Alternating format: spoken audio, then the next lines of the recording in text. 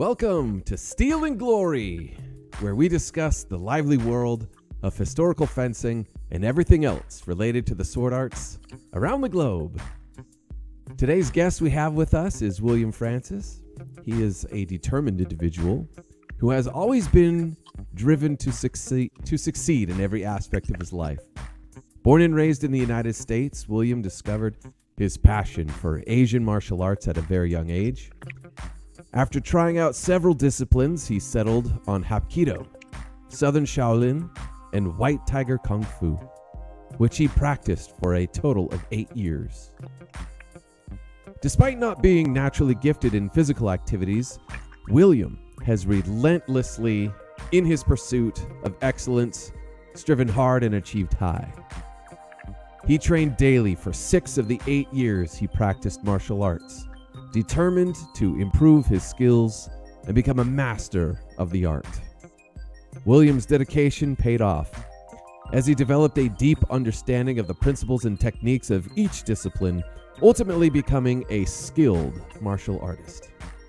However, William's relentless pursuit of improvement led him to feel like he had reached a plateau in his training.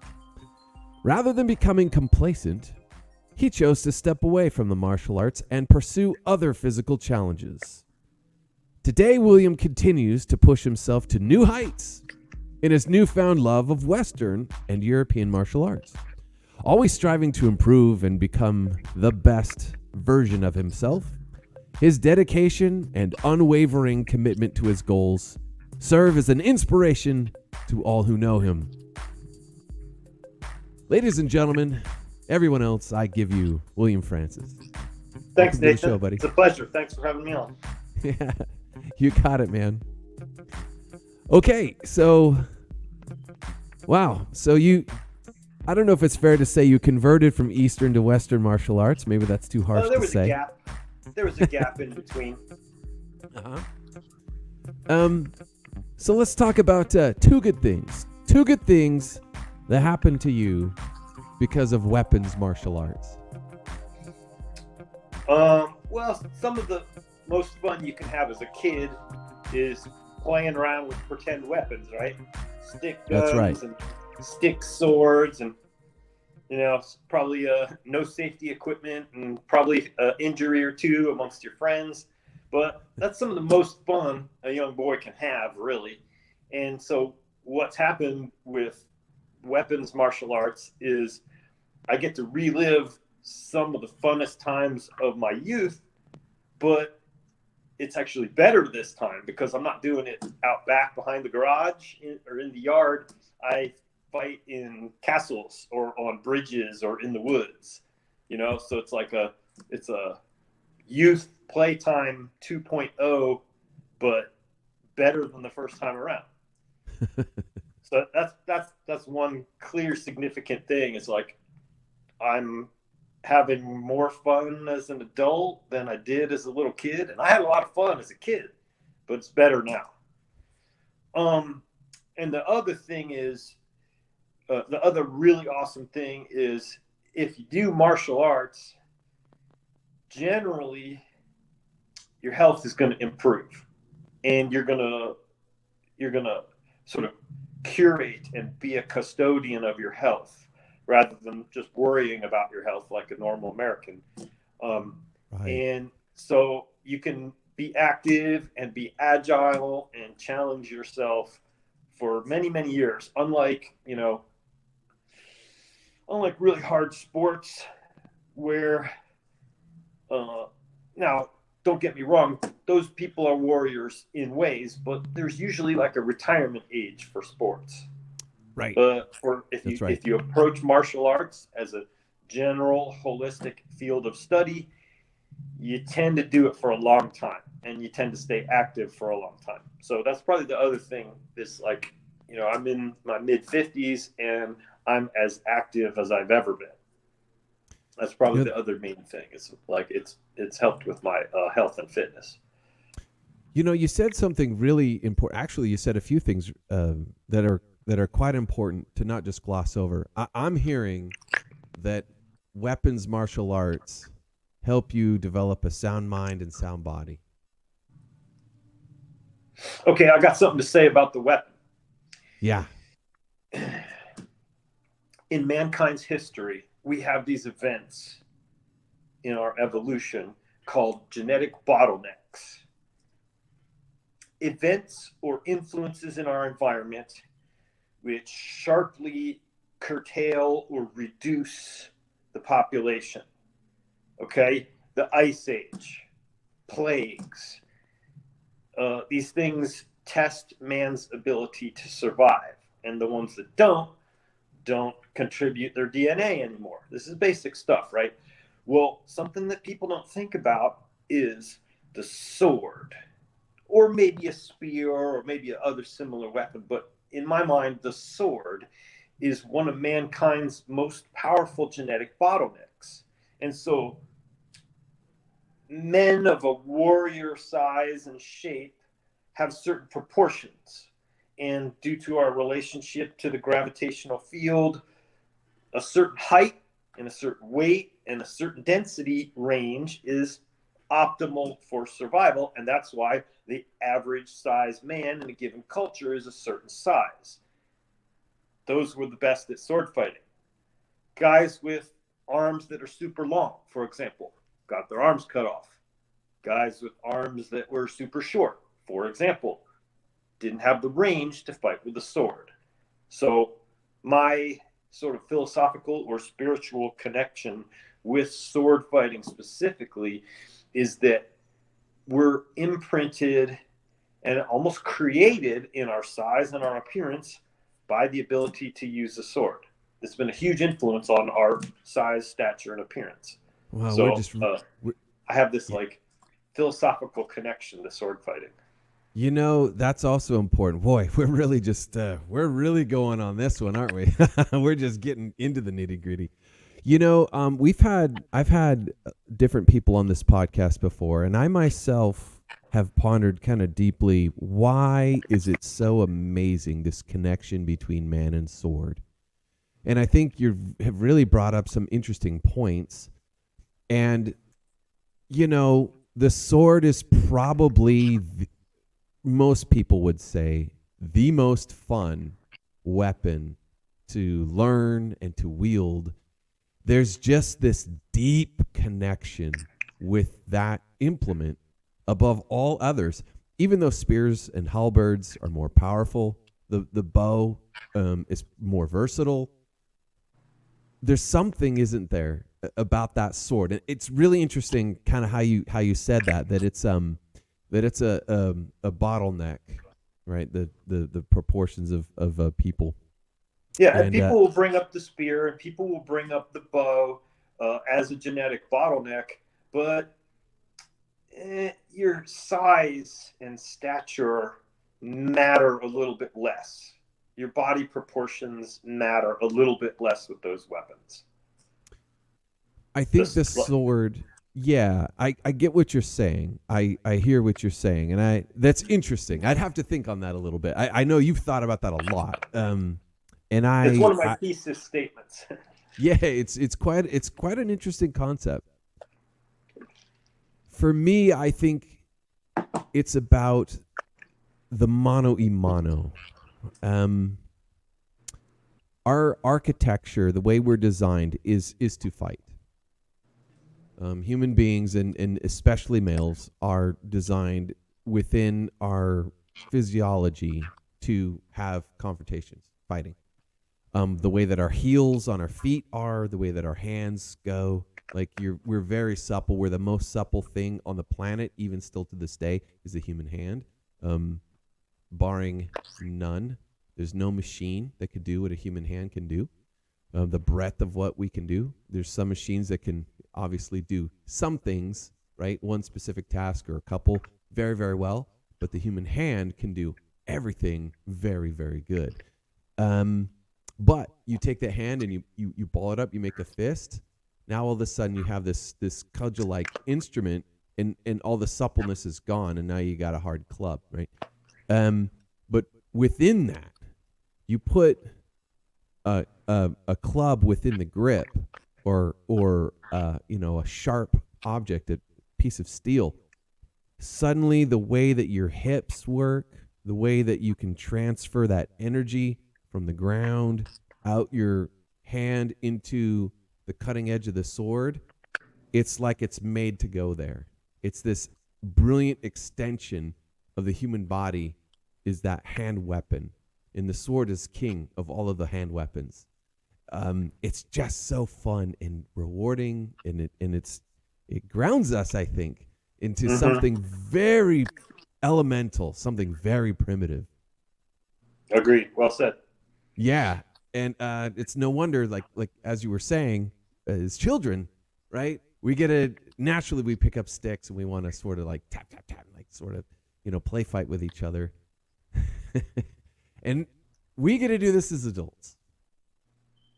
And adult life is the humdrum, right? And it could be so empty. Like the pursuit of material gain is important, but it's empty, right? And so that was, I really liked what you said about sports, right? Because there is a retirement. You working in your sport until you retire. And when do you retire? Age 30. Or whatever, sooner for a lot of people. And then what? And you're exactly right. Because I used to play all kinds of sports, and now that I'm 45, and before then, in my early 30s, I sort of gravitated towards this martial art thing called swordsmanship, and here we are. So you opened up a pathway for yourself that can last forever, till you can't stand up anymore. So my plan is to do heavy armor until I can't anymore, and then to do harness fechten or HEMA style training or rapier or fencing. And then when I can't do that anymore, I'll do Tai Chi sword. So I'll still be using the sword as an instrument of focus and as an instrument of physical expression pretty much till I can't stand up anymore. I love it. Yeah, that's really exciting. It's really exciting, isn't it? Mm-hmm. Yeah. So you were talking about, in the bio, you have a lot of experience in Eastern martial arts. A bit, yeah. Yeah. Can you run us through that a little bit? Sure. Through that journey? So, like you do, I had fascination with every type of martial arts as a young person. And freshman year in high school, I believe, I lived in a very small town in New Jersey, and I took a bus to a slightly bigger town that had modern things like martial arts schools. And so I was able to connect with a martial arts school there. And I got funding and permission from my parents. And so I did Hapkido for a year, which is, it's sort of an adaptation of Korean military training martial arts. It's not really a hard or a soft martial art. They do some punching and kicking, some throwing and grappling, and a little bit of internal energy work. And so I had a good teacher, and that was a good introduction. And actually what happened with me in Hapkido is the teacher moved to another town, and so he folded up his school. And so then I didn't really have another outlet that called to me. And then for some years, I just did regular kid stuff, skateboarding and such. In my early 20s, I moved to Kansas City, and here, where I am now, I discovered a school of Shaolin martial arts. And of course, from watching all the Kung Fu movies, I was absolutely incensed to find a traditional Chinese martial art. And and we did all the stuff, animal boxing and, sparring and 2-on-2 and weapons demos. And we would go to other martial arts schools, and they love to have us because we went really hard with our weapons. You could see our weapons were all, they weren't in pristine condition. They were all trashed from going at each other. So I did that. I did Southern Shaolin for a little over 6 years. And from the beginning, I was doing it every day. I got into it, and I just wanted more. The more I did, the more I wanted. And so after a while, I was living in the school, and keeping it clean and having it ready for class, and training on the equipment by myself all the time. So that really became a lifestyle for me. I've spent some years in San Diego since the 90s, early 2000s to the 20 teens. I was in San Diego, and I discovered a really good kung fu school there called White Tiger. And they're official inheritors of a very old lineage. It's called Rizzo's White Tiger Kung Fu. And I did that as a lifestyle for about a year. I jumped right into it and just started training every day and did whatever they told me to do. I did some iron palm training, and that school has some very high level sorcery stuff that doesn't necessarily answer to normal physics. They have a very powerful system. So that was in San Diego proper? Yeah. Mirror Mesa. In Mirror Mesa. Okay. Yep. I grew up in San Diego County, actually. All right. I did. I grew up in Escondido. Okay. Let's go. Let's go. So Shaolin was my long chapter of training, and Hapkido and White Tiger were kind of short chapters of training. And then I came back to Kansas City, had to get out of San Diego. I was also partying. So White Tiger Kung Fu was this is how I got out of partying. And then it seemed like I wanted to get away from my life there in San Diego for a while. So I came back to Kansas City for about a year, stopped doing White Tiger, and just practiced by myself. I've got a warehouse space in Kansas City, so I was able to practice by myself, and that was good. Over the years, I have cross-trained with every type of Eastern martial art, because you form friends in that community. You form friendships in that community. So then you want to show each other stuff and go to the park and spar for a little bit and see how things compare or whatever. So I've probably cross-trained for a day or a week in 20 different styles just to compare it to. And, I love the lore and the history of it. So how the different styles compare to one another is that's an area of interest for me.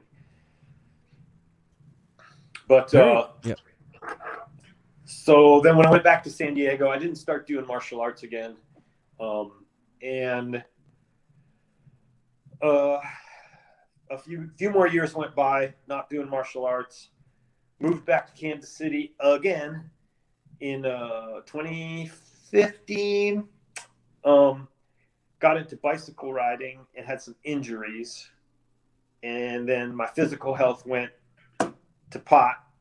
And so then I kind of got alarmed. Like, my physical health is, you're in your late 40s, bro. You need to get your stuff together.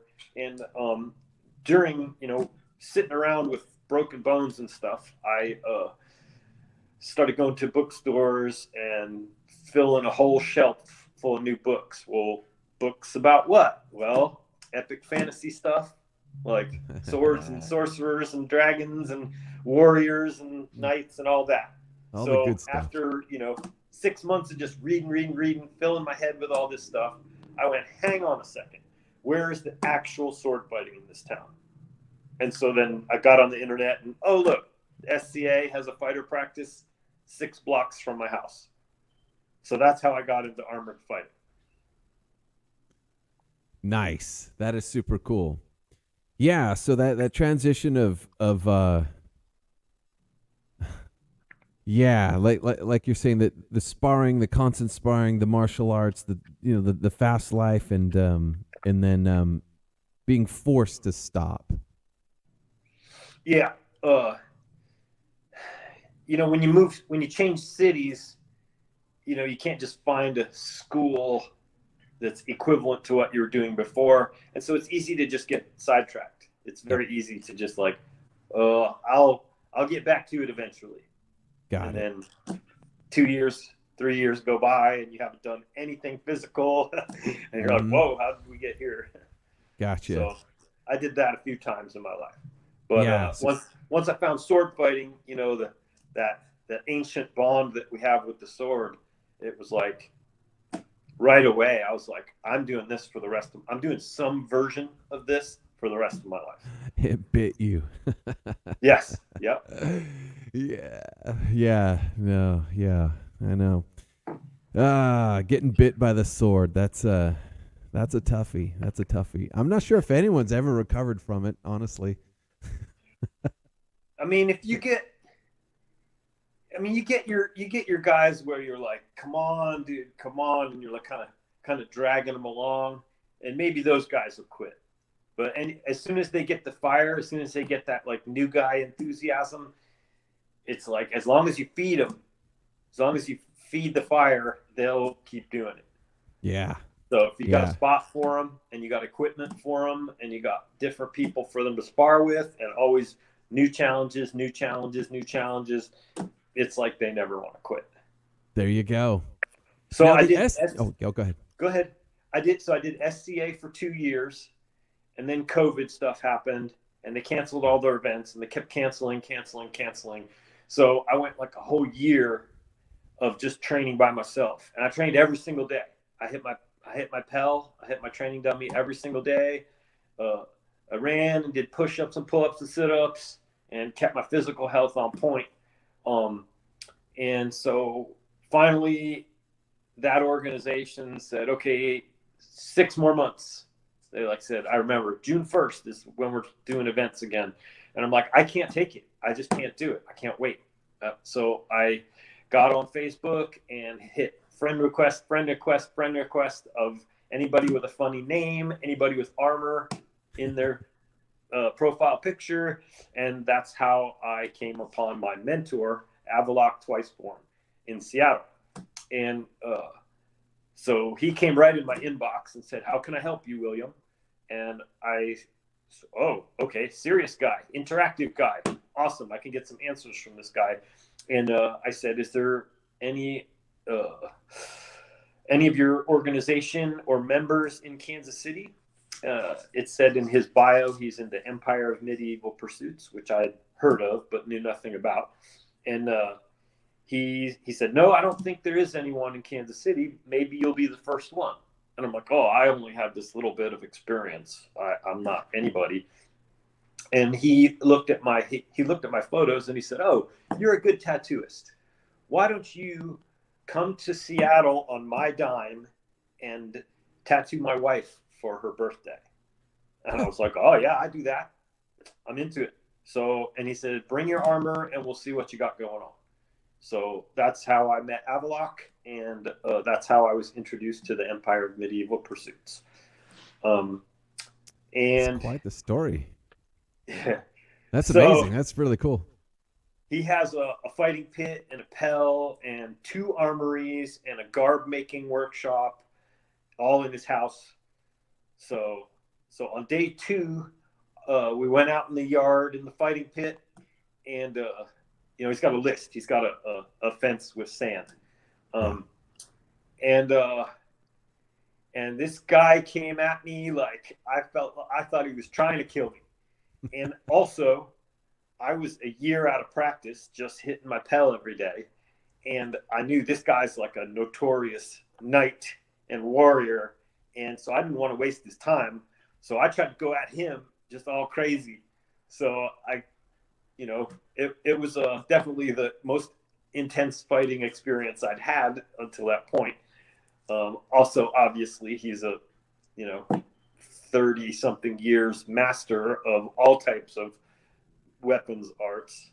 So that was a wake up. Like, that this type of intensity exists in modern humans. This type of combat actually exists still, and B, it's accessible to me. I didn't die. I got some lumps, but then I'm like, okay, this is something I can pursue and potentially get good at. So that was my gateway into Empire of Medieval Pursuits. Man, that sounds like one of the books you read. Yeah, it's been like a story. It really does. That's re- Yeah. that's super duper. Oh man, yeah. I don't know what. Yeah. Now Avalok Twiceborn, he's an interesting fellow. So can you just sort of tell the audience a little bit his background, what he does? Sure. He's been doing rattan fighting for it's going on 40 years now. He's was in other organizations a long time ago, and he started the EMP. Um,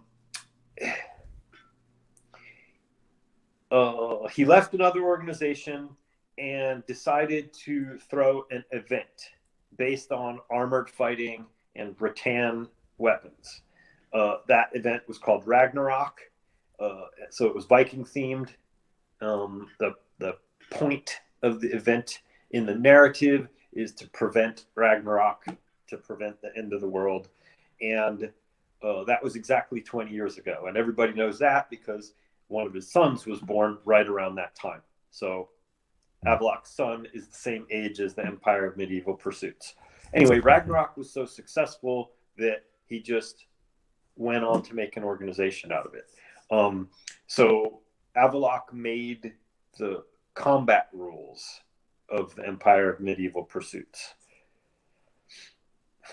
Yeah, no, thank you for that. That's really cool. And before you get into that, because you had shown me, I had never heard of EMP until we started talking. Okay. You know, getting this podcast together, and one of the things that really struck me is you gave me a video to kind of do my homework on, and one of those things was him kind of talking about EMP, and the reoccurring theme, at least the theme that kind of rang in my head, because I am of the same age group, more or less. The big rule is be excellent to each other. That's right. And I just thought that was just the coolest movie reference ever, and the way that it's explored, plugging into the martial community, I just thought it's great. So if you could explain that in the rule set just a little bit, I'd appreciate that a lot. Sure. So rule number 1 is be excellent to one another. That's the overarching guideline, and everything sort of progresses from there. And because it's so general and yet such a strong statement, what you see is that it becomes really obvious if someone is or is not behaving in an excellent manner. We don't say be good to each other. We say be excellent to each other. And it just when a person's words or actions fall short of excellence, it's pretty obvious. So it's a good way to say it. So as far as our combat rules are concerned, some organizations will fight to one good hit, and then the fight is considered done, and the recipient will decide whether it's a good hit or not. So we do a thing similar to that, except we fight to 3 good hits. These good hits we call telling blows. Now, a light tap, or if a blow just grazes you, we can disregard that blow, or we can tell the person we're fighting, no, that's not good enough. Or we can say light. Now, you do get guys that ignore blows because they want to win the bout, and that's not excellent. And so if you get a guy that's continually ignoring blows that everyone else thinks looked and sounded good, eventually someone's going to have a word with that person, but eventually no one's going to want to fight that person. And so it kind of sorts itself out, if you get my meaning. People just don't want to engage with that person anymore because they're not playing fair. There's a sort of a standard of how hard of a blow is considered a telling blow, but there's kind of a range. So with a new person, maybe you just give them a light tap and then say, hey, if they ignore it, you can say, hey, I'm going easy on you because I'm feeling you out. And then they'll say, okay, 1, and they'll count it as 1. So as you're fighting, you get hit, you say 1. You get hit again, you say 2. You get hit again, you say 3. In bouts that matter, like tournaments, for example, often we will take a knee on the third hit, or we will act out our death.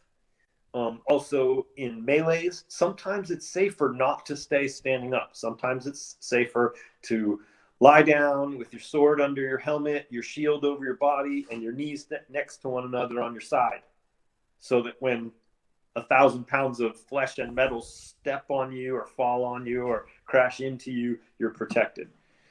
And then we also have a blow called a substantial blow. And this is a blow that would probably take a warrior out of a fight in a real situation. For example, if a stab from a sword misses your armor completely and gets just fabric, maybe in the area of the armpit or groin, we would say substantial. If I see the point of someone's sword go right on my eye slot on my helmet, I'm going to say that probably would have gotten inside my helmet. And I'll say, you know what? You got me. Substantial. Also, if someone hits me so hard that I don't want to fight anymore, be it in the arm, leg, body, or head, I will say substantial, and I will give the bout to them. So again, substantial is up to the recipient. And in a tournament, you got a bunch of ostensibly experts watching, and you have an audience and stuff. So you want to be honorable about calling your blows. And it's a little bit of a learning curve to keep track. 1, 2, 3, and after a few fights, you figure it out. It becomes very intuitive. Mm-hmm. So that's how our combat rules go. I like that because it's assumed armored combat. You get 3 blows. It's quantitative. Okay, right? so here's another thing. So there's a difference between armor as worn and assumed armor. Now, again, we're not fighting with real weapons, and we're not really trying to kill each other, so it's important to keep that in mind. But a lot of groups play assumed armor or an assumed amount of garb or etc. A lot of groups play assumed armor. We tend to play armor as worn. Okay. So if you get barbarians showing up, Celts, early period guys with not very heavy armor or not very much armor, then, if we hit someone just on clothing or skin, we expect them to probably move the value of that shot up. So if it really stings or hurts, we probably tell them to take a substantial. Mm-hmm. And even if we just barely tap them on just garb or no armor or garb whatsoever, just bare skin, we'll probably tell them, you should acknowledge that as one telling blow. On the other end of the spectrum, guys in full plate, guys in Buhurt armor, we remind our newer guys, you got to hit these guys really hard or they're not going to accept your blows as being a telling blow. So the amount and type of armor that the fighter is wearing will somewhat determine the effectiveness of the blow. Again, at the discretion of the recipient. Sure. So we call it armor as worn. Armor so as another thing worn. is, I like that. If you wear a bar grill helmet like this one, mm-hmm. We say that is not period, and so we're going to assume we're going to call that assumed armor, which the armor of none. We're going to assume that you have no face protection here. So if you take any kind of decent shot to the face in one of these helmets, you're going to call it substantial. You will award your opponent the bout. Yeah. So that encourages us to have full face, period-ish looking helmets. Mm-hmm. And then that's considered armored. And if you get hit in the face, then it's just considered one of 3 telling blows. So what kind of pressure do you guys have on the type of armor as far as being accurate to a certain period? Well, we all know that it's fun and awesome to build a period accurate kit. It's just the coolest thing ever. If you can replicate that visually, already at a medieval reenactment fighting event, you want to have not let the least amount of technology around possible. And if it's like a camping event and a fighting event at the same time, you get one or two people going around with their phones to video, but mostly people aren't on their phones. And we try to keep the cars out of view or off of the site or across the way in a parking lot, so that it's a transformative experience. Yeah. We refer to this as immersive reenactment. Mm-hmm. So when you get enough period stuff going on around you and you reduce the amount of modern stuff to a certain point, it becomes very immersive and it becomes really magical. It's a really special experience. And so if the same thing applies to your opponent's kit, guys in really badass armor complete my reenactment experience. So it's not just a test of skill. It's not just a sport. It's not just me expressing myself through sword arts. It's also like this fantasy come to life. Yeah. So guys that scare me with the really badass armor and crazy looking weapons are actually enhancing my experience.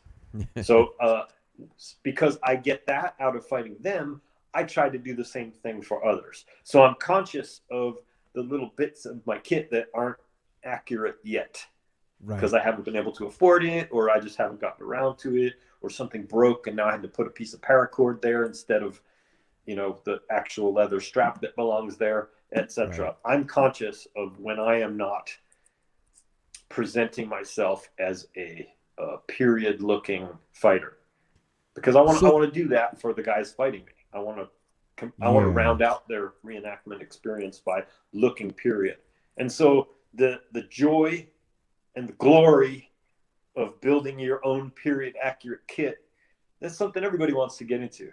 And hey, I'll hook you up with my guy. Hey, I know a guy with a pair of legs that'll fit you. Hey, I scored these shins and I don't have a use for them.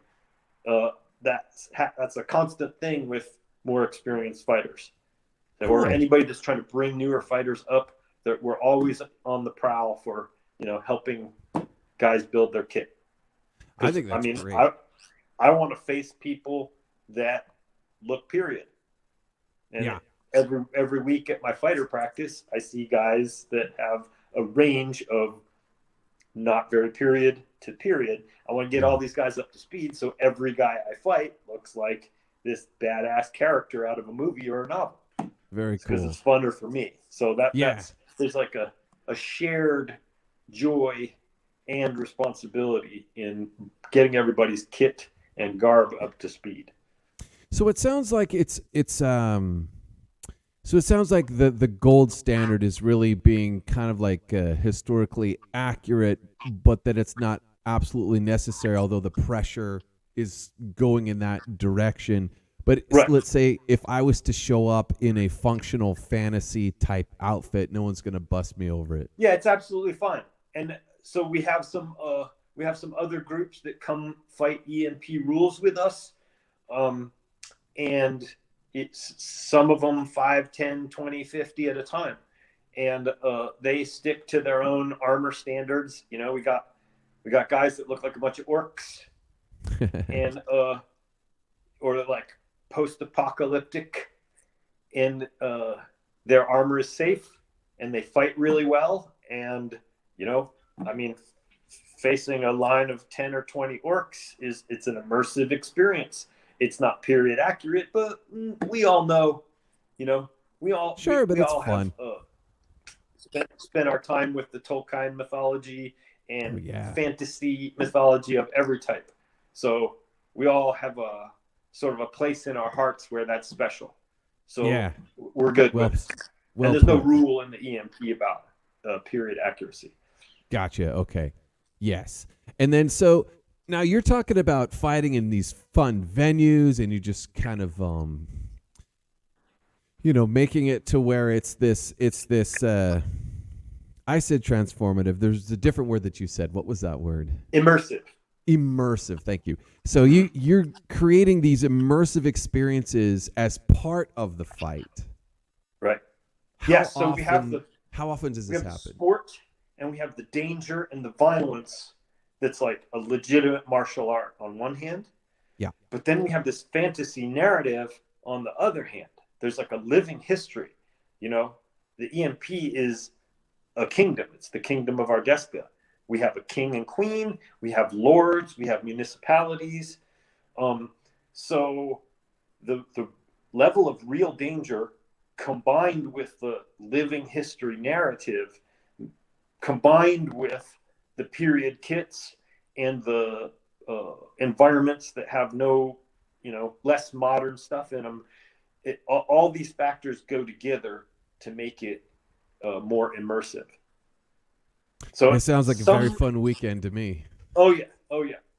So some groups have the, like, Buhurt organizations have the most stringent rules as far as period accurate kits. Yeah. But they don't really have a living history narrative. They just have a sport. Right. And you can make a name for yourself in the sport, and oh man, I want to fight that guy, or oh man, I really do not want to fight that guy.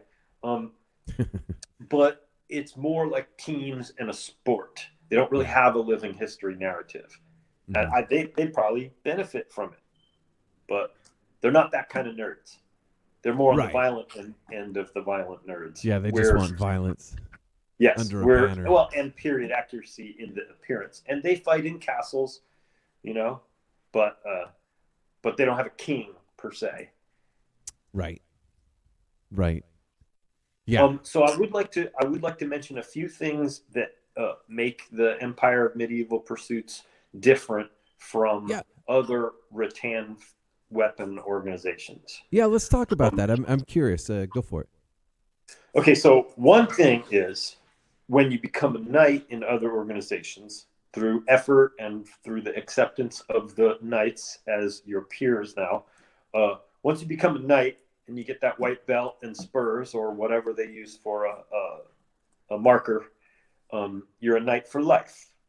So you can cross that line and then go to the couch and just tell people what to do and talk about the old days, which many don't. Many continue for many, many years to pursue the fighting arts. But you're not held to any standard as far as fighting ability. In the Empire of Medieval Pursuits, when you become a knight, you must test your skills against the other fighters in a tournament and prove that you are in the top 25% of all fighters in the Empire, at least once every 3 years. And there's other ways to maintain your knighthood status. Like, for example, if you have a squire that can attain that top 25% of all fighters, and they go and represent you in this tournament, then you can maintain your belt and spurs and knighthood status. So, martial prowess has to be maintained in order for you to stay a knight. In most cases. Yes, the top 25%, which is fairly generous, I think. Another thing that makes the Empire of Medieval Pursuits different from other reenactment organizations is our system of governance. In some organizations, there's a board of directors and a comfy office that's kind of sort of separate from the population and from people doing the sports and the events. And the board of directors makes the rules. Whereas the king and queen in those organizations are kind of figureheads, and they're there to hand out awards at events. And having a crown tournament and having a king and a queen makes for a robust living history narrative.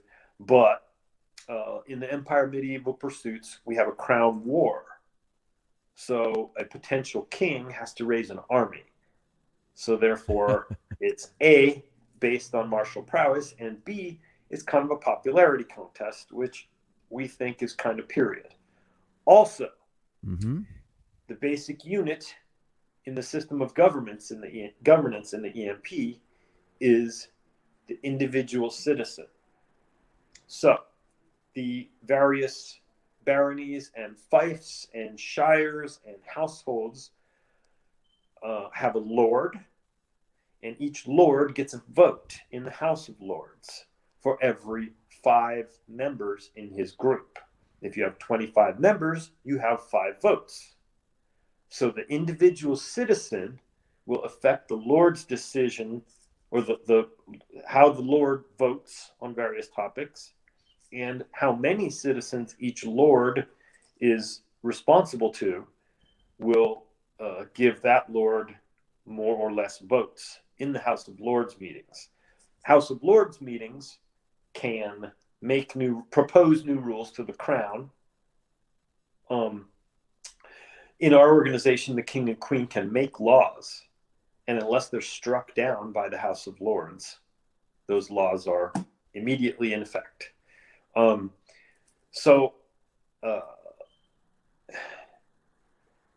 Also, when you actually pay your membership fee for the Empire of Medieval Pursuits, you're supposed to declare what lord you are under, what household you belong to. And there's a few folks that are just kingdom at large, but most folks say that they're in this household under this lord, or in this barony under this lord. And so that gives the power to the lords. You don't have to be in your local household, barony, shire. You don't have to be part of your local municipality. You can be in any municipality that will take you. So for a while there, I was in Avalok's household in Seattle. It's called the Abbey. And so I added my individual tick mark, my vote, my number, my presence as an individual in the kingdom to their voting power. So we say that this system of governance that we use is a bottom-up system of governance. And then our board of directors does a lot of hard work, and they're super important, but they don't make the laws. The king and queen make the laws. Interesting. So that's adds to our sort of living history narrative, and also creates a dynamic relationship between the members of the population and the king and queen. It's an important relationship. The king and queen aren't just figureheads, and the population aren't just rabble. Right. We're all making this together. So the board of directors, they're the facilitators of what? I mean, they pay the insurance. Yeah. They make sure that the king and queen and the lords are enforcing our rules. There is a rule set in the EMP that has to be observed. Right. And that's changeable through this governance, Yep. this mechanism of government. Yep. So so when it comes to brass tacks, you're talking about where you guys are going to fight, what the events look like, budgets for that, safety rules. Yep. Et cetera, et cetera, et cetera. Insurance, right? I know insurance. That's the thing in it. All those things. So another example of our unique system of governance is, let's say you and I are both members of the Empire of Medieval Pursuits, and let's say I've been pissing you off at events. So I've been behaving disrespectfully at events, saying and doing things that are offensive to you, and are probably outside the be excellent to each other rule. You can go to your lord and have him go to my lord, and if the two lords agree, you and I can engage in combat according to the EMP rules, and we can fight for pink slips, meaning persona death. If you win, if you have challenged me and you are offended at me, you can challenge me to a duel to the death. Death meaning I'm not allowed to participate in the EMP for a whole year. So you can get me kicked out for a whole year if I'm pissing you off, as long as you go to your lord and then my lord and your lord agree with it. Okay, so there is so instead of because someone could game that if if they tried, right? And so the idea is that the lords have to get together and be like, it's not bad enough for this thing to happen. Sure. Yeah. Right. So it's then just some dumb little thing. We're gonna enforce that you guys figure that out without fighting. Right. But if there's grievances, obviously, if someone's just not, well, everyone can think of an extreme case of why someone shouldn't be fighting for a year. It's basically, hey, Right. dude, I'm calling you out, cool off. Right. But it's still down to the contest. Now, Right. the person who brings the problem to the attention of their lord, they can't designate a champion, can they? They have to fight. Yep. Oh, they can. Yep. We do all kinds of things like that. Okay. Yep. This is kind of fun. This is like Game of Thrones stuff. Yes. Well, we say that it's period. We say that it's medievally accurate. Sure. Yeah, and why wouldn't it be? No, then and that makes sense, right? That makes sense. So again, the living history part is tied into the combat. Yeah, no, I get it. I you know, I never thought of that. In Hema, it was just an anarchist. I don't know. It's like, hey guys, we should get together, make some rules, and everyone says no rules. Right. So Yeah. Well, it's I do basically like the that tournament that you go to, and it's that's what they do. I mean, I do like I do like that about HEMA as compared to some other organizations. It's an open sandbox, and that is nice. When you and another guy are about to fight, you can say, "Are you okay with punches?" No. I've had too many concussions. Just use the weapon to hit my head. Mm-hmm. Are you okay with kicks? Are we going to throw each other or trip each other, etc.? You can kind of work a few things out before fighting every bout if you want, because if there's not a rule, then you can just work it out right then. Yep. So then everybody, a range of abilities and health levels can have fun doing it. So I like that. Yeah, and it is cool. I do like that part of it. I'm not saying that Hema needs this giant rule set. And I'm even for different tournaments have different rule sets, and I kind of like that too. Yeah. But but every coin has a flip side, right? And so nobody pays money to go see a HEMA tournament, except for if you're fighting. You know what I mean? Like it's not like no one. Oh, HEMA's on TV. No one wants to watch it, but you want to do it. It's like me watching a soccer game. I'll never watch a soccer game, but if someone asks me to play, I'll play because I like it. Right. I know the whole world loves watching soccer. I don't see the point in watching a soccer game, but that's just me. But everyone seems to think. Say again? Give the soccer players swords. Oh, I would watch that all day long. There you go. In my own personal club, I do gamify a lot of things to kind of get the students to pay attention to specific martial aspects of what they're doing. And it works out. It's really fun. So when I see what you do, you show me a couple of videos. So just kind of explain some of the different shenanigans that you guys do and just kind of paint a broad picture and get into it. Well, like there's group fighting. I saw you were showing me some group fighting. Yeah, we fight one-on-one and we fight melees. So in the melees, we will establish the edge of the fighting field. You can't go past here. Sometimes we have obstacles you can't touch, like a marked off area that's water, and if you go in here, you're dead. Sometimes we have resurrection battles. Sometimes we just fight till a death. Sometimes each person gets 3 telling blows. Sometimes there's compromises where your team only gets 2 telling blows. Sometimes you can do unlimited resurrections. Sometimes you can say you only get 1 resurrection and you're done.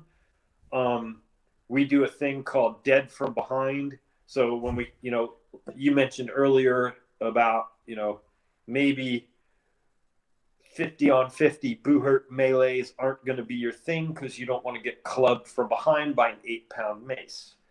Well, we don't play like that. From behind, hits from behind are either just a bonk and you say dead from behind, or you can put your weapon in front of their helmet and say dead from behind. No full force hits from behind. Also, when a person goes down, if they're laying on the ground and not in the middle of getting up, you can't hit them full force. So you can just go tap, tap, tap, and that counts as 3 telling blows. You can also lay your weapon on them and say, do you yield? We also occasionally have captures, where if you put your weapon in front of their face and say dead or capture, there's situations where it's more advantageous for them to be captured, and some that where it's more advantageous for them to say, go ahead, I'm dead. So because they could get rescued or something. Huh? Is that so that they could get rescued at some point in the game? Yes. Yeah. Yes. And also, if you kill someone and they're worth 1 point, then when you capture them, maybe they're worth 2 points. If you kill someone who's a knight and also a lord, if you kill that person, they might be worth 4 points. So if you capture them, they might be worth 8 points. So if we're doing a thing where we're keeping score on the melee field, then capture can be a lot more profitable as far as points. Ooh, I like that. That reminds me of like William Marshall and the things that he used to do back in the day. Yes, so that's really cool.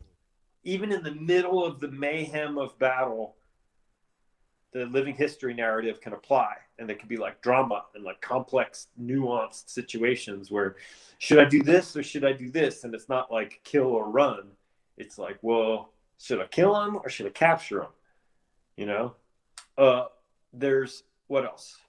So in the Empire of Medieval Pursuits, we do punch, we do kick, we do headbutt each other. And these types of blows, maybe you'll count it as a telling blow. Maybe it'll just add to the fun. If somebody grabs you and you headbutt them and get away, then you can hit them with your weapon more easily than if you're tangled with them. So sometimes a punch or a headbutt or a kick is stopping an advance or buying you time or getting you out of a situation. And may or may not count as a telling blow. For punches, a lot of times there's like, it's either a bonk because you're distracting them to buy yourself time, or it's a substantial because you rock their head back and move their helmet so much that they're like, okay, I'm done. You killed me. So a lot of times there's not a range with these types of blows. We do a bit of grappling. If you're going to throw someone in our sport, you must escort them to the ground. You must go down with them. So you can't just firemen's carry somebody and send them flying. That's a good thing. We can push someone on the ground and you don't have to escort them, and you can trip someone and you don't have to escort them. But if you're going to pick them up and throw them on the ground, you actually have to place them on the ground and go down with them. So we're not. But then you could get back up. Huh? Can you get back up at that point if you're the one who took them down? Certainly. Just because you're on the ground doesn't mean you're dead. So what happens in and that's the difference between what you're doing in Booherd, basically. Right. So or one of the differences. In a grapple that goes to the ground, there's a little bit of a gray area about punching someone in their face while they're on the ground. If they have the bar grill helmet, like I said earlier, and you give them a good couple bonks to the face and they don't take it, they don't acknowledge that you've incapacitated them, someone might call hold and say, hey, you have basically no face protection. You should take those as telling blows. Because sometimes we forget in the heat of the moment. Sure. But if someone has a full face helmet and the helmet's laying on the ground and you punch them in it, that's probably not really the value of any kind of incapacitating blow, because all the force is just going into the ground. Mm-hmm. So usually someone will have a dagger. And so the daggers come out. Now, what do daggers count for? If you stab a dagger at full plate, tempered Booherd armor, it's very hard to make that count it's very hard to convince your opponent that that's a telling blow. So you want to get dagger stabs to the soft parts, like armpit, up underneath the helmet. You guys get groin shots? Groin, for sure. Everyone's required to wear a cup. So, usually that straight into the groin is usually not the thing. It's the spot next to the groin where the femoral artery is. Still quite tender. Yes. Well, okay. So all of our weapons that we're going to thrust with have a little foam thrusting tip on them. They're heavy, and it smarts when you get stabbed really hard, but there's a foam thrusting tip covered in tape on the end. So it's not just the rattan stick jabbing you in your flesh. Yeah. Okay. And usually if we grapple, go to the ground, somebody gets their dagger out and they're able to get it up underneath the helmet, we just wiggle it a little bit. You don't have to give any kind of impact. And there's so much going on. A lot of times they don't know you have the dagger in there.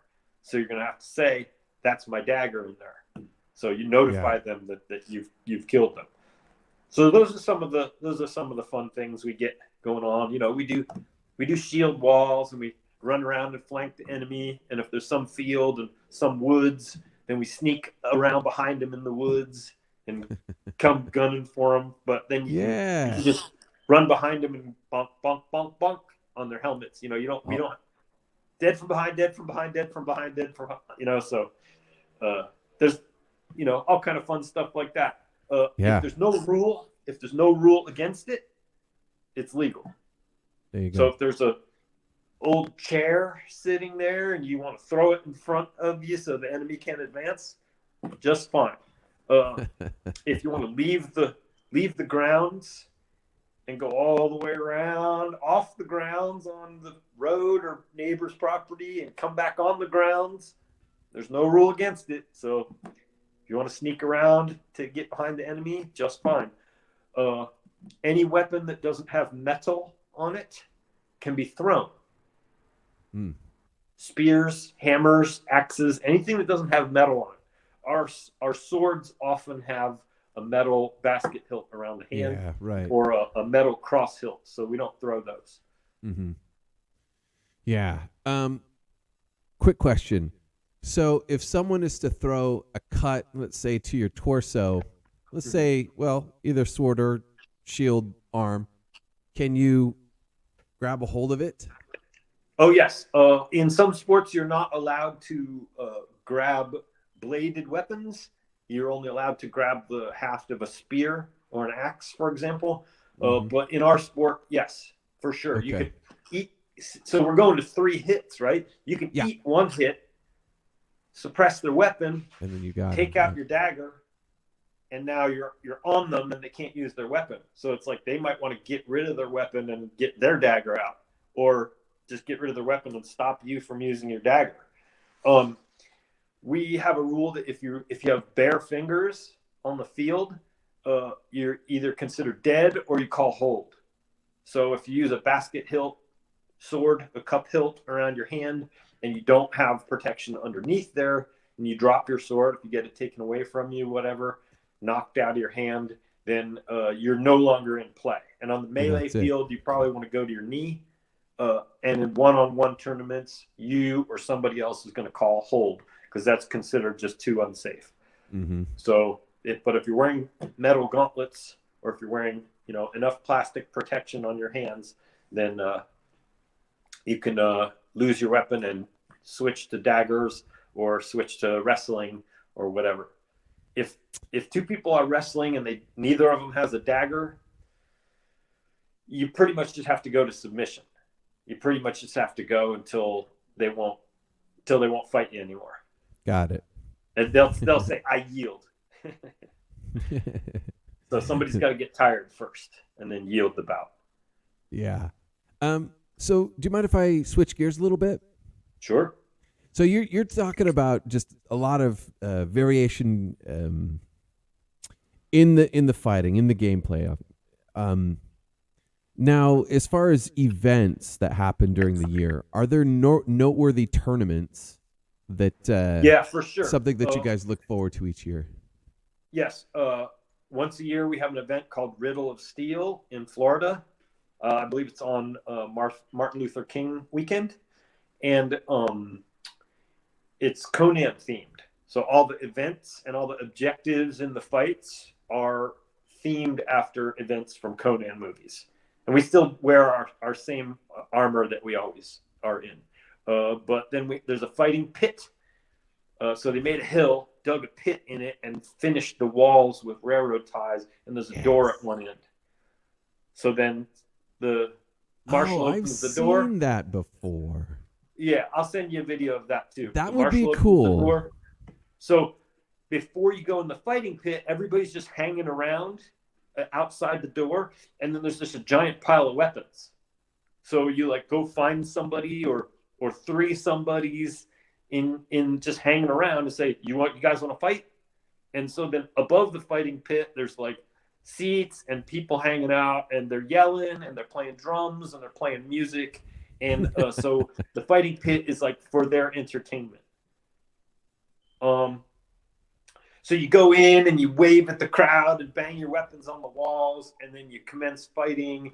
And then, we don't really go to three telling blows in that situation. We just kind of act out a fight and just beat on each other until somebody goes down or whatever.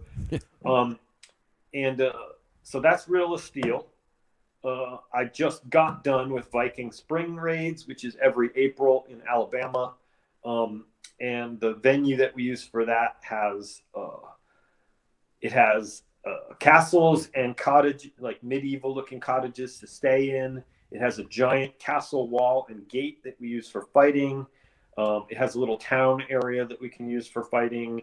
It has a super awesome bridge and some open fields that we use for fighting.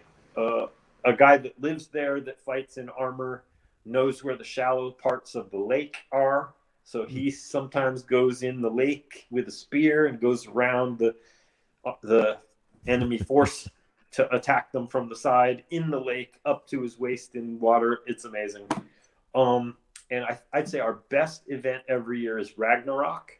That's in June, and it's in Seattle. And that's sort of the kickoff event for the EMP, as I mentioned. Ragnarok, we have open field battle. We have a woods battle. We have a castle battle, and the castle's really great. It's got 4 sides. It's got a main gate, 2 sally ports, and 2 towers. So you can do a lot of cool stuff in there. Then we also have this a mine. It's basically they made a hill and dug a tunnel through it, and then there's a vertical shaft for light. And so where the tunnel meets the vertical shaft is a room, and it's all concrete, and there's nothing to break. And you can't. 50 guys in armor in a tunnel can't break anything. And it's about maybe 4 fighters wide in the hallways, and then the room is maybe 12 by 12. So the idea for the tunnel battle is basically one of your guys needs to get out the other side through the enemy force. So you almost have to kill all of them. To 3 telling blows like we normally do, but it's so cramped. I mean, there's 50 or 80 guys in a hallway fighting, push, and you can't swing because there's just no room, so it's all stabbing. And then when you're dead, you can't fall down. You're just stuck between other guys. So they call hold and get the dead out. So then you extract yourself, and then they keep on going. So after all those melees are done, there's 5 melees in that day at Ragnarok. If you participate in all 5 melees, then you can participate in our ritual called the Ring of Fire. So the Ring of Fire is, we light a fire in a circle, and one guy starts in the middle. Somebody runs in, the 2 fight, and then whoever runs out of breath or is knocked out of the circle leaves the circle. And then the next guy, and the next guy. So you can keep fighting in there and knocking guys out or wearing guys out until basically you are out of breath, and because there's flames burning around you, so you can't breathe after a while. So the Ring of Fire is a ritual. It's not a tournament. And basically we have to keep fighting until the flames go out or the world will end. So we have a little ritual at the beginning of that. Set a guy's helmet and sword on fire, and then a couple people attack him, and then the ritual progresses. New guy comes in, those two fight, one gets knocked out, another new guy, another new guy, another new guy, and everybody participates in the melees because they want to do this ring of fire. And we get so into watching what's going on in the ring that we forget to move the line forward. So it's got to be like a couple people going, move forward, hey, move forward, so that we're ready to jump in the ring. But that's just a ritual. That's not just that's not a tournament. So we don't really go to 3 telling blows in the ring of fire. But of course, it's absolutely magical. There's bleachers around, and there's people drumming, and people get caught on fire, and it's fine. We have people with wet towels and fire extinguishers right there, so we put the fire out quick if somebody catches on fire. And cool. Everyone's into it. No one gets hurt. Everyone loves it, and obviously, it's a fighting in a ring of fire in full armor is obviously a life-changing experience. That is super cool. And nothing. My whole year is arranged basically around the Ragnarok event. Yeah, I can see why. I mean, that is just so over the top amazing. It's like this outer world experience. This you jump in a time machine and you're in this alternate universe. And nothing those are against our main 3 events. Yeah. Okay. Riddle, so Steel, Spring Raids, and Ragnarok. Okay, very cool. So 2 on the East Coast, 1 on the West Coast, basically. Yep. Yeah. Well, I mean, Alabama on the eastern side. Yeah. Yeah. And nothing against Kung Fu, but I mean, is there any kind of analog for that kind of experience? Right. Not really. Not really. Yeah, I mean, maybe there is. I've never heard of it or seen it or whatever. But I kind of don't think there is. Fighting with weapons, with fire, and all these melees, and that's cool. That's totally legit, man. That's super fun.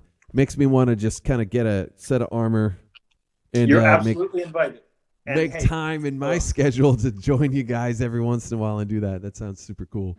We're really proactive about getting people involved. So, like, I pardon me for forgetting what city you're in. Yeah, I'm in Vancouver, Washington, so I'm not too far from Seattle. It's like 3 hours. I mean, that's the epicenter. What time of June is it? June 7th to 11th, I think, this year. Okay. Something like that. Okay. Yeah, interesting. Because Father's Day weekend, I have a tournament that I'm doing in Prosser, and that's southeastern Washington. Do both. That's the weekend before is Ragnarok. You can do both. Man. I assume you have good cardio already. It's decent. I mean, it's not like it. I mean, I'm 45. It's not like it used to be back when I was a total stud. But I'm getting it back. COVID kind of hit me in weird ways. I mean, I never got totally sick, but it's just, I don't know. I still feel weird. There's just things about me that's not quite the same. Okay, we're approaching the subject of how to bounce back from fighting. Yeah, let's do that. Go for it. Let's talk about recovery here. Okay, so as a 53-year-old man who gets in the ring with 20-year-olds all the time, I have to take special considerations. First and foremost, my armor is on point. Places I get hit have extra armor on them. I'm always working towards making my armor lighter and more protective at the same time. And some folks say, well, if you wear less armor, you can move faster and outmaneuver. Yeah, 20-year-olds can observe that principle. Right. I can't. I need to make it lighter and more protective. Yeah. So that's my first and foremost for like not dying when I do this sport. But as far as bouncing back, my recovery from physical strain and combat and such, you got to eat clean. You got to eat clean. You can't be dumping poison into your body all the time. You know, I eat a bag of Doritos once a year. I drink a couple Coca-Colas a year, but otherwise it's like clean eats all the time. You know, I try to cook at home, or I try to only eat, I can't eat filth, or I feel terrible to begin with. And then I can't bounce back if I don't eat clean. And I hydrate.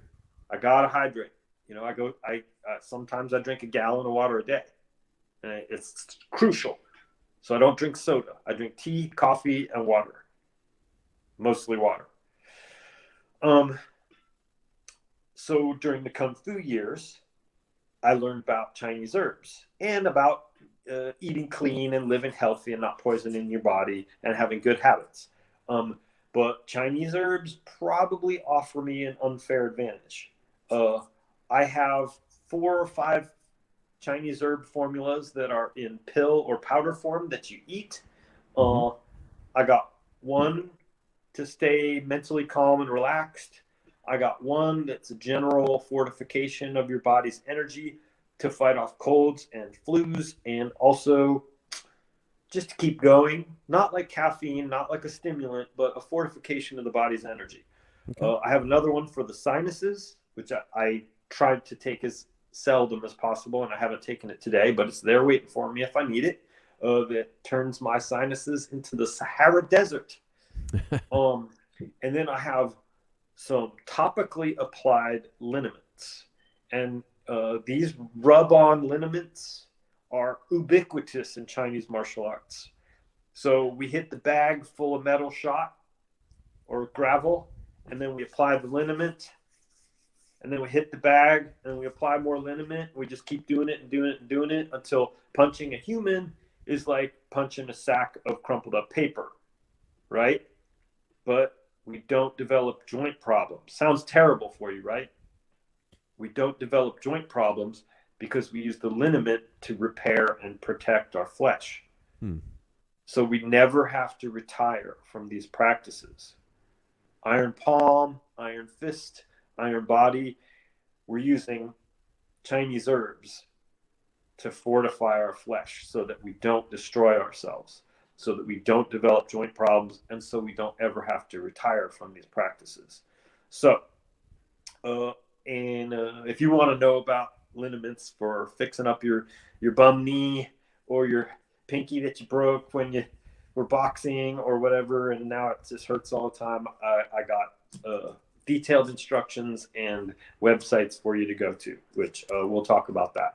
Yeah, very cool. Maybe we could throw a link in the show notes or something so people can take a look at that. Sure. I mean, orientalherb.com is my main go-to for a liniment called Dit Da Jiao. Again, Dit Da Jiao is ubiquitous in Chinese martial arts. Literally, millions of folks on this planet are using Dit Da Jiao in some form. There are many recipes for Dit Da Jiao, the rub-on liniment. And I am fortunate enough to know about the few best ones. But orientalherb.com, this company, they're martial artists. The guy that makes the Dit Da Jiao is a Kung Fu instructor. And his formula is very old and secret and super duper effective with no side effects. And you rub it into the skin where it hurts. And it forces your body to repair itself. I'm not talking about a painkiller or analgesic balm. I'm talking about magic that tells your body to repair itself. And of course, Chinese medicine is not magic. It's perfectly mechanical and systematic, like Western medicine. It just goes at things from a different approach. Right, from a different approach.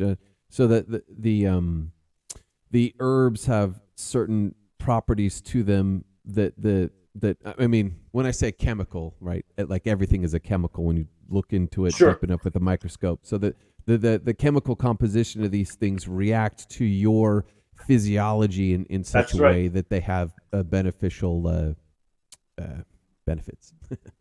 Yes, and also the herbs. Most Chinese herbs should not be taken as a single herb.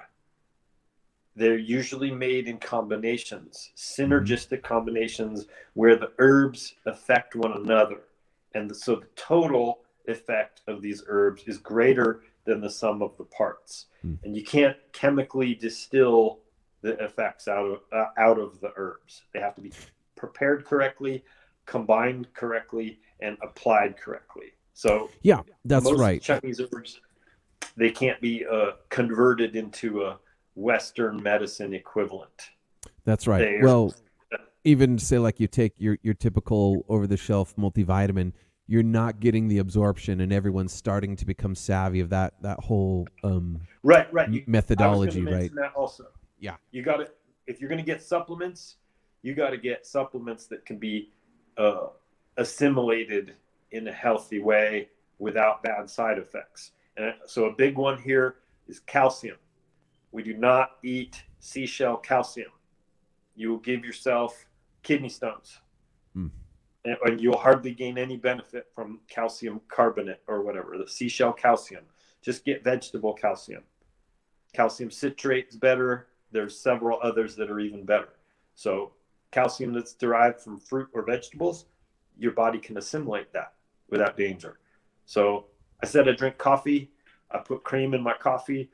I try to change that up every once in a while. So I use almond milk or soy milk creamer, and not just always half and half, because half and half is fortified with calcium, and it's always seashell calcium. Gotcha. So that's dangerous. Seashell calcium is dangerous for us clean blood types. Gotcha. Super cool. But same with your multivitamins. Like you mentioned, just regular over-the-counter multivitamins from the supermarket aren't that good for you and might be bad for you. So you want to research, and you want to go to the health food store, and you want to be real specific and choosy about what supplements you're taking, so you're not poisoning yourself or causing your digestive tract encumbrance. Mm-hmm. Or just wasting your money. Yeah. Yeah, that's the least of it, right? Okay. Yeah, thank you for that insight. That's really interesting. And so again, we'll put something in the show notes where people, if you're interested in learning more about that, then we will give you a way to do that. Hey, William, really quick, what kind of methodology do you use to train for your martial art? Do you guys just go at it? I mean, okay, let me back up. Because you are an experienced fighter, right? So it's not like, I'll just leave it there. You're a pretty experienced fighter. So it's not like you are trying to learn a specific thing because you don't know it anymore. You've moved past that part. So like, how do you stay in that top 25% to be that knight in Empire of Medieval Pursuits? I'm not there yet. Okay. I did okay in that selection tournament, but above 50%, but not at 25% yet. Yeah, that's a tough benchmark, actually. So, me personally, I hit the training dummy every day. I hit the Pell every day. It's a 4x4 of wood covered in carpet, so it doesn't make too much noise. And then I have a pretend shield dangling in front of it with rope.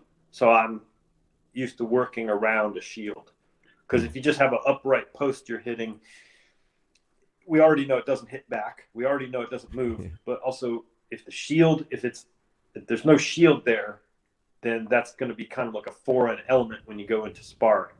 So I have a pretend shield hanging in front of my Pell. And so I'm always working on barely missing the shield. So that I'm used to doing that. So Pell work every single day, firing a spear at the Pell or at a mark on the wall or at a tennis ball that's dangling from an elastic. So my spear shots are not worthless. Also, when you fight somebody really good and they have a deep bag of tricks, oftentimes like if your defense is good, they'll bust out something that you've never seen before, and you remember that, like, whoa, how did he get past me? And so after you're done fighting or after the day is over, you can go seek that person out and say, "Can you explain that move to me?" And almost everybody's super helpful about in this aspect. So they want to tell you how they did it. Yeah, and well, then they want you to go back to your hometown and do it to your guys. And then when they want to know, then you teach it to your guys. And so then now you got 4 or 5 guys that have never heard of this technique before. Now they train it for a couple months. And then when they see this originator of this technique somewhere on the field, now he's got to watch out for that same technique. And so what happens is the martial culture in the EMP gets better. So obviously you're going to have your tricks and your moves and your ideas that you're going to keep to yourself. But also you want everybody around you to get better because it forces you to get better. Mm-hmm. So that's one of the things I do when someone can get me with a move, then I ask them to teach me the move, and then I go home and I add it to what I practice on the training dummy. So when I do my Pell work, I have, now 20 or 30 things I'm working on at any given time, and I'll pick 5 or 6 of them and just work on them tonight, and then 5 or 6 other ones the next day, and just repeat them 20, 50, 100 times, and develop that muscle memory. Gotcha. So that's one of the things I do to sort of break out of my plateau is add new moves, and that kind of adds some dimension to my fighting. Gotcha. And I always work on basics. I always work on just basic shots, basic combinations, footwork drills, and I try to keep my cardio up, like it's like a rechargeable battery. So I like to always try to keep my cardio charged up. So how often, not how often, so typically when you work your Pell, how long is a typical working of the Pell? Or what's the benchmark? What's the goal, I should ask? Have you used a Tabata timer app? Uh-huh. Okay, so I use the Tabata timer. And my current cycle lasts about 18 minutes. Okay. And so it'll be like a minute on of throwing shots or combos, and then 30 seconds off. Okay. For 18 minutes. And so then after I do that, that's kind of regimented and dry. It's just doing the same exact thing and trying to go at like a slow to medium pace, and do it, with perfect mechanics. Yes. And then after I'm done with that, just sword and shield drills and shots for 18 minutes. Then I'll switch to I'll just do some freestyle, just play around with stuff.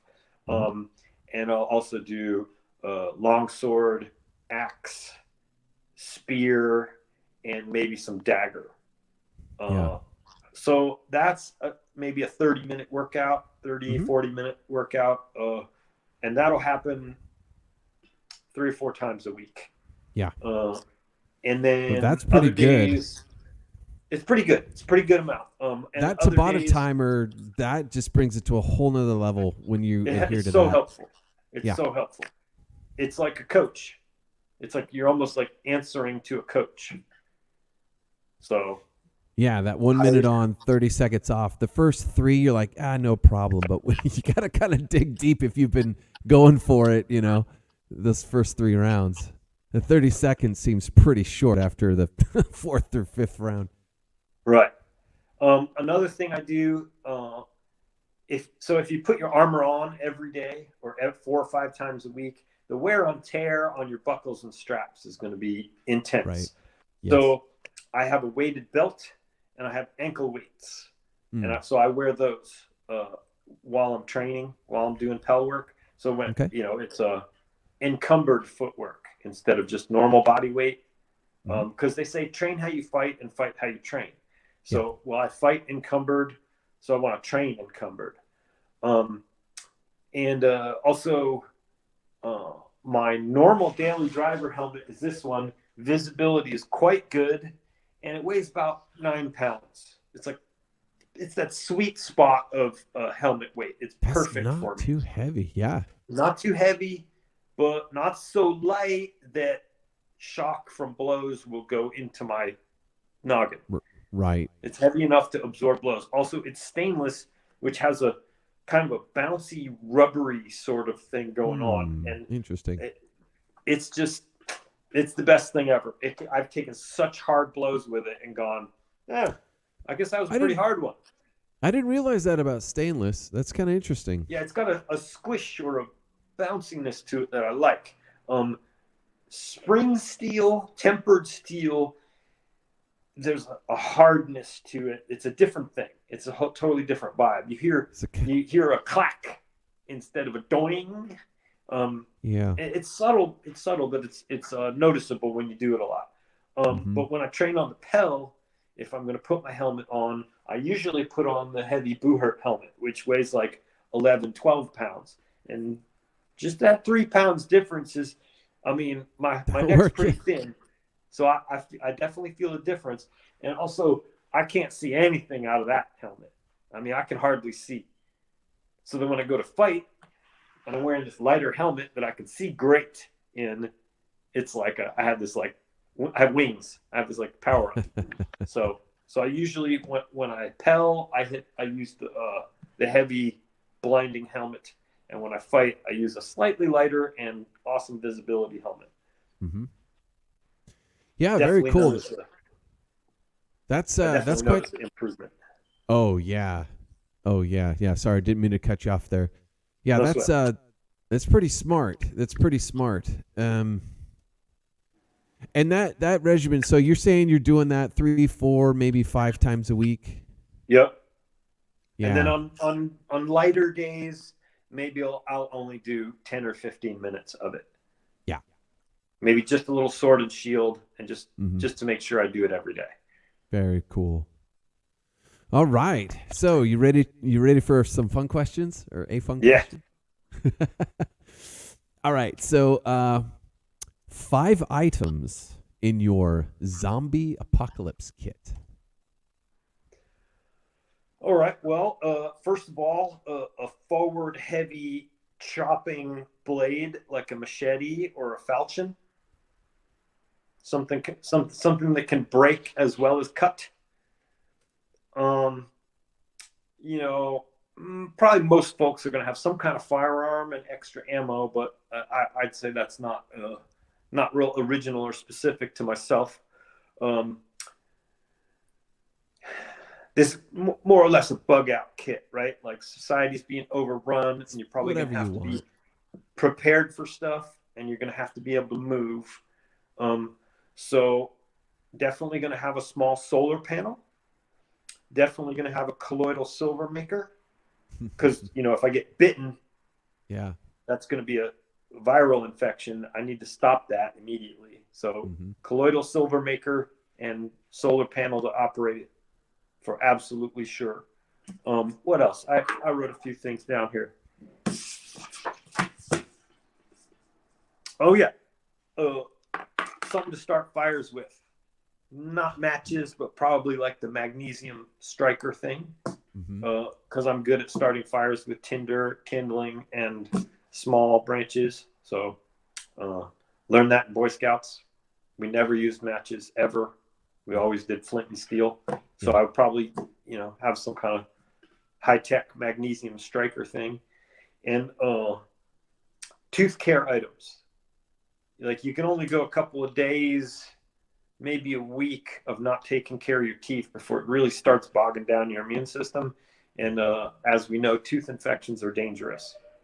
So the tooth care, floss or flossers, the sensitive teeth toothpaste, and a toothbrush is that's one of the first 5 things I thought of for my bug out apocalypse kit. And that I'm sticking to my story on that. That's an important one.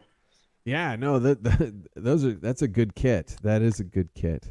Yeah. Maybe something to stitch up wounds, maybe some food that lasts for a long time that's high calorie and low weight. But those would be my main ones that I can benefit the group or the team or whoever I'm bugging out with. And other things I can get. Yeah. Obviously, I'm going to be scavenging and moving around a lot. So, and hunting if I can. Yeah. Yeah. Well, very cool. Yeah, no, it's just kind of a fun question. Maybe it's a little 5 years ago, but it's still, I still like zombie shows if it's done well. So, Yeah, thanks. no. If you ever see the bumper stickers, it's like zombie outbreak response team. Yeah. I mean, those guys are serious preppers and bug out type guys, and you just make it fun. If you do the zombie response team instead of just the society collapse team, Yeah. it kind of makes it fun. It does kind of make it fun, doesn't it? I like the mindset of the preparation. So it's Yeah. always good. It's always good to For have. sure. Yeah. All right. So any social medias you want to share? YouTube, Instagram, that kind of thing. Sure. So the EMP is made of a kingdom called the Kingdom of Ardesca. And so our Facebook group and, our forward-facing social media is mostly the Empire of Medieval Pursuits page on Facebook and also the Kingdom of Ardesca page on Facebook. So you just start typing in the search bar, Empire of Medieval Pursuits or Kingdom of Ardesca, and it'll come right up. Empire of Medieval Pursuits. Every local EMP group also has its own group, so you might find the one in your area just from starting the search process. And the website that we've mostly been using lately is empiremp.org. We're also in the process of building the kingdomofardesca.org, but that's not quite built yet. But empiremp.org. And for people who are interested, we shall have show notes, links to that in the show notes, I should say. Yeah, very good. All right, William, final thoughts, buddy. My usual emphasis when I talk about the EMP is it's safe. Martial combat, especially with a weapon, is really important. And this is accessible to you. If you can't find some guys in your area, you can start using a stick to hit a Pell, a training dummy, and you can get some guys in your area to put on improvised armor, or you can get to a fighter practice that's not too far away from you. This is accessible to you. So you can start. I'm spreading the good word. I'm proselytizing. I think everyone should try this. Everyone should find somebody with a helmet, put it on, and see how it is to get hit. And also take the sword and hit someone in armor. And you'll see, this is fun, this is safe, and I mean, it's beautiful. Combat sports are beautiful, and combat sports with weapons are even more beautiful. Wonderful. Yes. William Francis, everybody. William, I want to thank you for coming on. I appreciate your time and for sharing the what you have learned, the stories, the recovery methodology, and mostly your time. So I appreciate you coming on. Thanks so much, Nathan. It's been an honor and a pleasure. Very good. Okay, everybody. Always remember to slay your demons, and we'll catch you on the next one. Take care.